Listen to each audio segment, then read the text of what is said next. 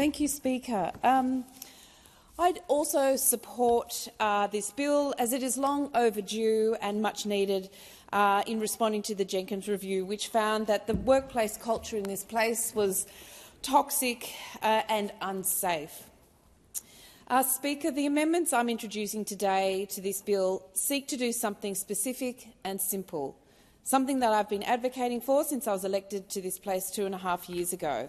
That's to ensure that significant public institutions are run by people who have been independently appointed to run them, not by people who have been appointed because they know someone who knows someone, not people who will owe something to the minister who appointed them and who may therefore feel a sense of obligation to do that minister's bidding. Speaker, at the last election, the Australian public sent a very clear message to politicians of all stripes. They wanted integrity and they wanted transparency, not only in their elected representatives, but equally importantly in our democratic infrastructure. Having heard that message, in February 23 I introduced a private member's bill, the Transparent and Quality Public Appointments Bill 2023, otherwise referred to as my Ending Jobs for Mates Bill. This bill aimed to transform the process of appointments to major Commonwealth positions. Underlying the bill was the critical and urgent need to restore the public's trust in our democratic processes and institutions after a decade of cronyism and party political appointments had eroded that trust. My Ending Jobs for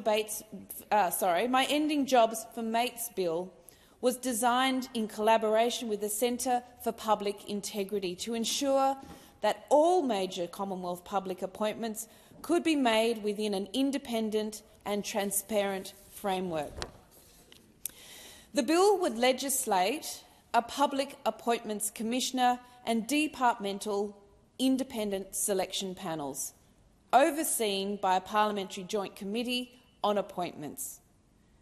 The committee would not have a government-led majority, guaranteeing independence from the government of the day.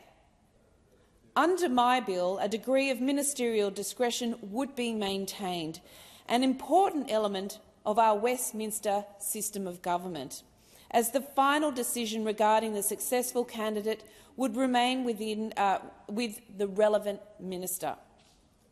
However, the minister may only choose from a short list of candidates selected by the independent selection panel. Such a framework would ensure that key positions in our democratic institutions are filled through an independent, transparent and expertise-based appointment process. Applying anything less to the Independent Parliamentary Standards Committee may cause the public to question whether it can truly fulfil its function, to be an arbiter of bad behaviour in this place. What if the commissioners are asked to investigate bad behaviour by the minister who appointed them? In the absence of an overarching framework of this kind proposed in my bill, I am putting forward amendments to this bill which would ensure that an independent panel is established to appoint commissioners. The panel would be chaired by a former judge and require a merit-based selection process, advertising of the position with selection criteria, consideration of the diversity of the commissioners running the IPSC, and the minister to choose from a short list of 3 candidates determined by the panel to be qualified for the job. Since the last election, the crossbench has never shied away from putting the spotlight on some of the most egregious behaviour that is all too common in this place, behaviour which is not normal and which should not be accepted in any workplace. The establishment of the IPSC is a real step forward, and I congratulate and thank the government and all those staff who have worked tirelessly on this piece of legislation. The legislation will make the parliament a better and safer place to work. The establishment of the IPSC is a real step forward, and I commend the government for doing the hard work required to introduce this legislation. But my amendments would make a good institution even more robust, even more independent and even more trustworthy. I urge the government and all in this House to consider them. I just would also like to draw attention to the fact that whilst commissioners will have to abide by certain APS values, statutory values, we also have, I'd like us to be mindful of the precedent that we saw